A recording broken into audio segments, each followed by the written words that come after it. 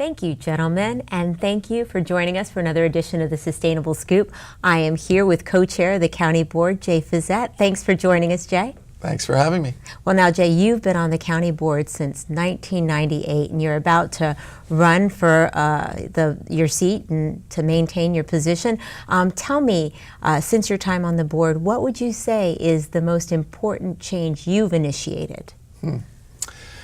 I'll think of two, but the one based on the purpose of this show I'll get to. The first one was e-government and technology, and really putting emphasis in 2001 on e-government services and allowing people to get things taken care of through the internet. We did a lot with that. But in more recent years, my passion is really around the environment.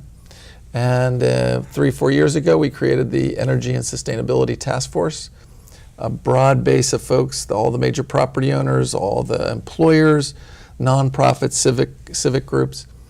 And we came together and created, with a consensus, an energy plan, an energy reduction plan for this community over the next 40 years. Very few communities have done it, and we've now adopted it as part of the county's comprehensive plan, sort of on the same par as our land use plan, our transportation plan, stormwater management, open space, those things. Not many communities have done that. No, and some people would say that that's almost as significant as the number of metro stops we have in Arlington, that we will eventually have one of the most energy efficient communities in the state of Virginia. Well, we are famous for our smart growth planning because we started doing that long before that term was coined. And I really see the work in energy and the environment as the next chapter in Arlington's sustainability story. Starting with land use, transportation, and there are a lot of emissions from transportation, so that's part of this picture.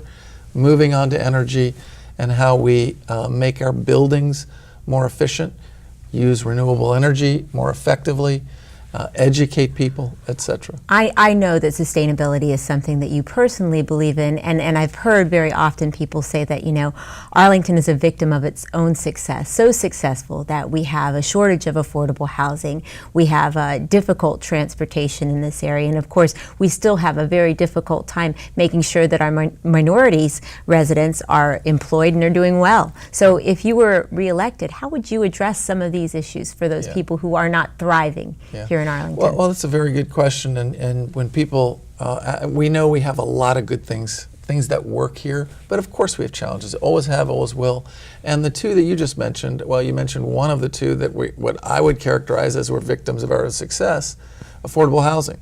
We are small, we have a desirable place to live, and because of that, the land here, the value of that land keeps rising. It makes it very difficult for people of low and moderate income to be able to afford to live here. Senior citizens and taxes. Senior citizens as well, though for some we do have exemptions and deferrals if they have a certain level of asset and income for seniors. But for people of low and moderate income, we put over 5% of the budget towards those programs. We leverage $3 or $4 for every county taxpayer dollar to try to find new ways to either protect or preserve or create new units of affordable housing. We also have housing grants that help subsidize people in rental apartments. But it's a full-time job. Alexandria, Fairfax, I would say put 0.9 and 1.4% of their budget to these programs. We put 5.3% of our budget toward these programs. It's a serious issue, and we're going to keep working at it. Okay, so aside from the domestic issues, let's just get back on the environment, because the plastic water bottles have been a pet peeve of yours for a long time. In fact, in 2009. And yours. And indeed, as well as styrofoam, I might add. But in any case, I want you to tell us what bothers you most about these plastic water bottles. Well, I come at it, you can come at it from any number of ways, but first, I'm in the business as a local government official of using your taxpayer money to create safe, clean drinking water. And we have it. And it's available in many places and accessible. So we want folks to know you can drink Arlington water. This is not about water being bad. Water is good. It's just that you don't have to spend tons of money and you don't have to use all that energy and carbon to create the plastic and then let that plastic degrade the environment.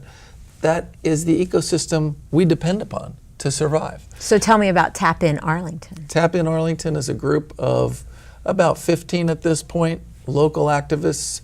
You're one of them. Thank you for joining us. pleasure. We meet in my living room once a month, and we've created a website, www.tapinarlington.com or .org, and it gives you information about the alternatives to using a plastic water bottle, why that's not a good thing for the environment, why it's not a good thing for your pocketbook.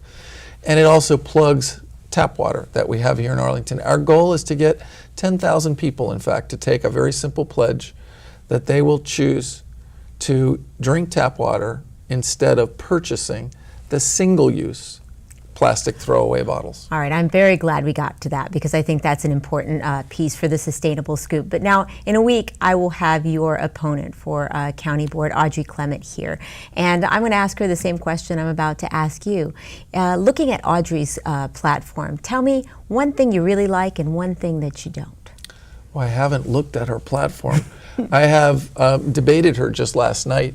One thing I like, I assume on a lot of the green and environmental issues, we're very similar in terms of our philosophies.